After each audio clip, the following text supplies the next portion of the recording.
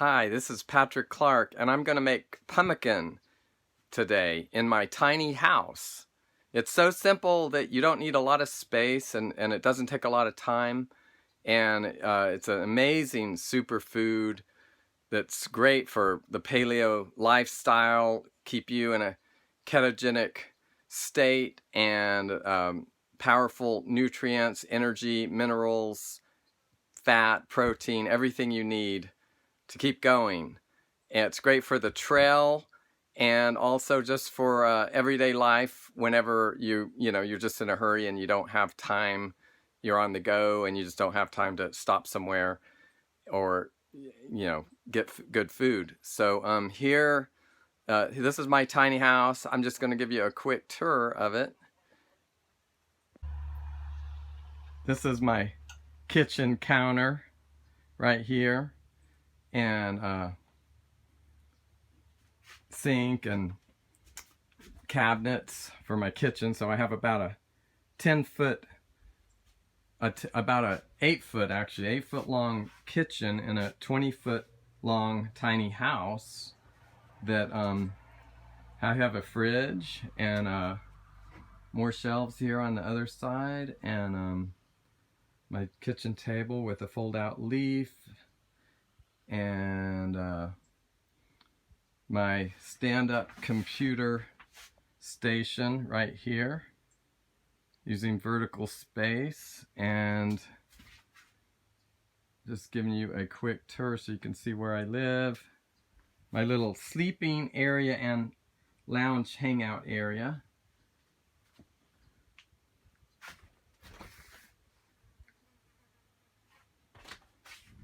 And my clothes section here is a kind of a unique little cubby that's underneath my kitchen bar, my little juice bar. And anyway, that's the tiny house, just to show you how simple it is to make pemmican even in a small space. Now here I have already started some cutting. The very first stage of pemmican is drying out the beef or whatever venison that you're using. So you cut your meat into the smallest strips that you can, preferably a half inch or a quarter of an inch thick into strips, and then you put it on a drying rack, not touching each other. And I don't put spices or salt or anything on it yet. It's not time yet. So you want to just have it be plain, and then I'm gonna see, look up there, that's where my drying rack is. See, tiny house, and so I didn't want to take up a lot of space with my drying rack, which I don't use every day, so I put it up high, and I can just barely reach up here. I usually use a step stool, but I'm just gonna stick it in there. So I've already got I've got 2 racks in there right now full of the strips of meat, and then I am going to use a step stool to get up there. Put the lid on. Okay, so there's the meat's in there. I'm going to put the lid on. This is the best dehydrator you can get. It's called an Excalibur. Mine has I believe 9 trays. Okay, I'm not going to turn it on until right now because it'll be too loud to keep shooting the video. So okay, so let's come over here. So that's just how you get it started. Now I've already got some ready to go, ready to actually make the pemmican. So whenever that was ready, this is what it will look like when it gets dried and pulverized. It will look like this. And you pulverize it in the best thing is a Vitamix juicer. So here's the pemmican, the dried pulverized beef, and I actually have a little beef liver mixed in with this mix. That's amazing to do that. And then here is some dried blueberries. And here is the lard that has been heated so that it would melt. It started out like this. This is raw fat or suet. And you can eat this raw. It's really good. Really, really healthy. But doesn't work raw in pemmican. You have to boil it down and render the fat. And then you have to take out the chunks of the chunks that are in there, so that there's chunks of, like, I don't know, meat and gristle and parts that aren't actually fat. You have to take those out, otherwise your pemmican will not preserve. And here is where I get my fat. It's Slanker grass-fed meat. It's really amazing. You can buy it online. They ship it to you, and not too expensive. So it starts out like this, and you can keep it in the freezer, which I'm going to do because I just took it out for the video.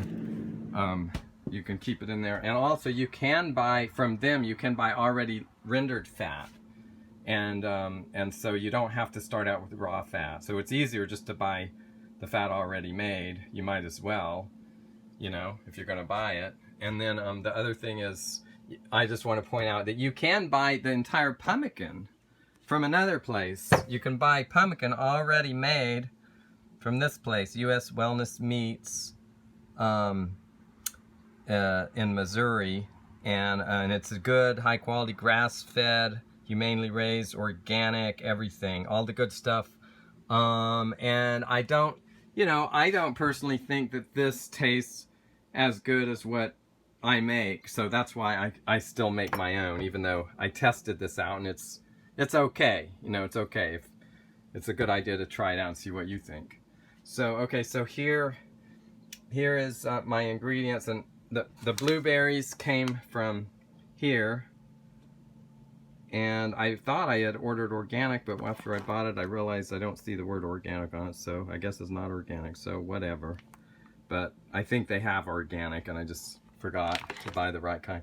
And now here you can buy, like this, I have different ingredients, you know, in different stages of the production process. Here's the salt, and here's like a jar of pulverized beef here that could be used, but I just poured enough in here for what I need right now, because I'm gonna just make a small batch of pemmican, and so I want to have equal parts of the fat and the blueberries and the pulverized beef. I want equal parts of that. That means 1/3, 1/3, 1/3. So I'm going to pour.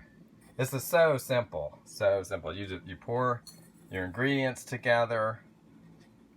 Pour the beef in there. I'll pour the blueberries in there.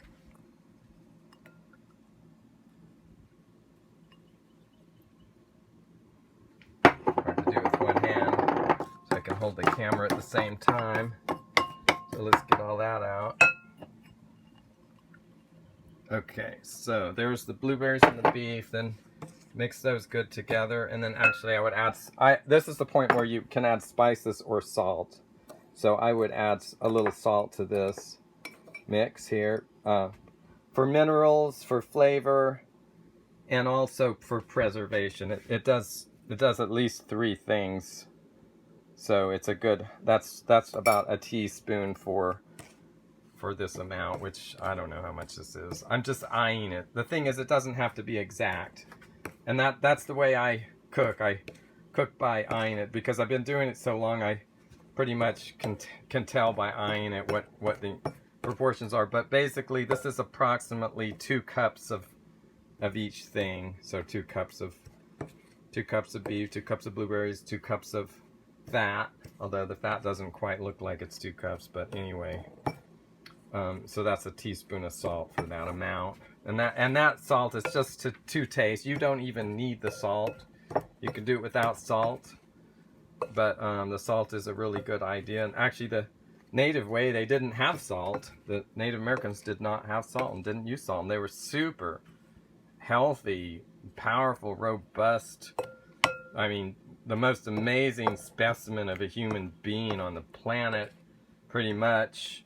They could run a buffalo down with a spear and on foot, and they would be like, 7 foot tall or something, The buffalo eating Indians who were making pemmican were just proof of how powerful this is the native diet of the human species. And you just just look at what they did and on what they ate, and all the theory and science and everything. I mean, you can talk all day till you're blue in the face, science and metabolism and everything, and you can prove almost any point that you want to prove by talking, but it's the example and it's the proof is in the pudding that, to me, at the end of the day, really matters and makes me make my decisions about what I do. Because you're taking a risk. No matter whose diet you're following, you're taking a risk. You don't know the long-term consequences, so it is a good idea to think about that. What's going to happen after years and years of being on this diet? Like, it does, just from what you feel like immediately isn't necessarily like telling you the whole story. Okay, so here's my blueberries and beef all mixed up together with a wooden mallet, because everything's going to get greasy, so I want to use wood if I can. Okay, so here is the fat. So I do have to do one thing. I have to take the clumps of other particles out, gristle and meat that aren't part of the fat. I have to take them out before I use it. I don't want that in my pemmican because it'll just make the pumpkin spoil like very quickly.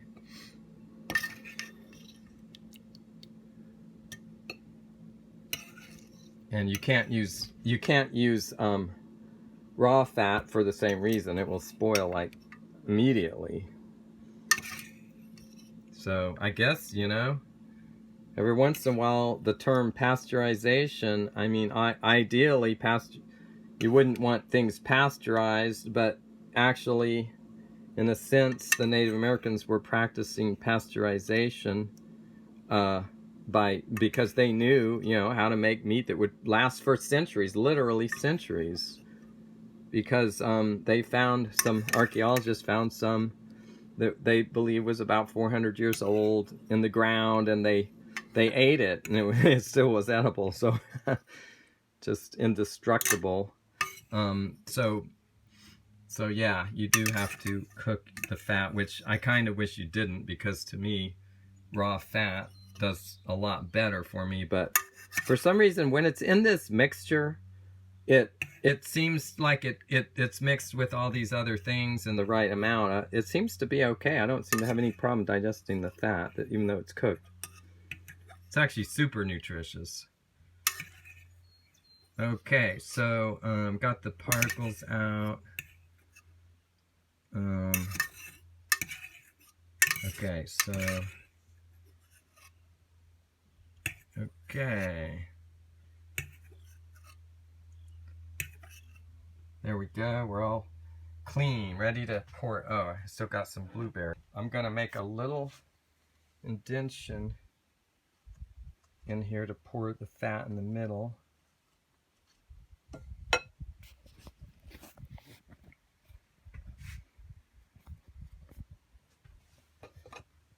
Okay, here goes the fat.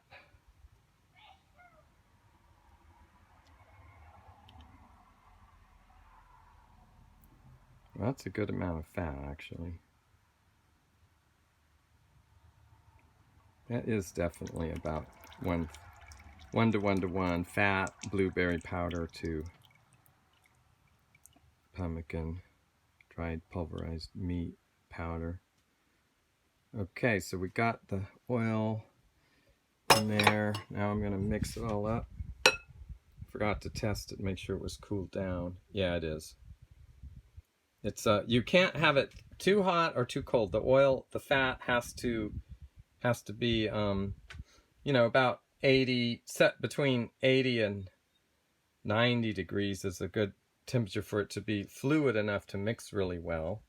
So see, if it was too cool, it would be too solid, it wouldn't mix well. If it was too hot, it would hurt the integrity of the raw ingredients that you're mixing it with. Now that seems like that's like more oil, really more oil than, see, I guess I should have measured it. So because that is looking like way too oily, because I want it to be a state of a little more solid than that, crumbly when it's done. Of course, when it cools down, it's going to be different than it is now because the oil will settle. So, but I am going to add about maybe a cup of each more ingredients to make sure that it's not too liquidy. Okay, so let's see.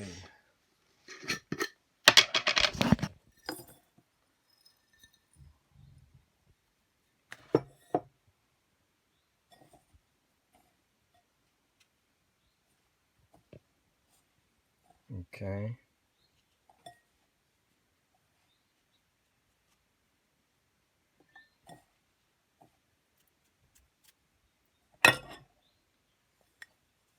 This is good stuff. If you do it right. If you don't do it right, yeah, it can be a little bland and waxy and tastes, you know, kind of like you're eating a candle or something. So you do have to get it down.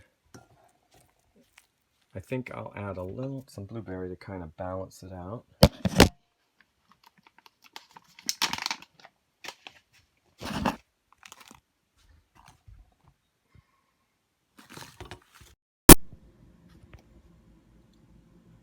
So this is the consistency that you want your pemmican. It's not too dry, not too wet. It doesn't flake apart, which would be too dry, and it's not liquidy, mushy, which would be too wet. And so it's about like that. And then how to store it. The best way to store it would be in glass jars because that would be the most airtight thing. And you can store it in a plastic container, but glass is superior also for toxicity. But then how to carry it on the trail. So you can carry it in the plastic container, which is pretty much what we need to fall back on right now, because unless you can get a food wrap, you can buy oilcloth beeswax food wrap online. There's places you can buy them, or you can make your own, and it's not too hard to make. I'll probably be doing a video on that soon. And the food wrap would be great because it's closer to the way the Native Americans would carry it. They would carry it in some kind of a skin container, like leather or a rawhide type container, and they would store it in that too, and even bury it underground for extended periods of time and come back to it later and know where their stash was in their parfleche. So if we use the oilcloth beeswax type food wrap, it will be the most off the grid, getting away from plastic, and self-reliant that we can. So thanks for joining me on this video on how to make pemmican, and happy trails.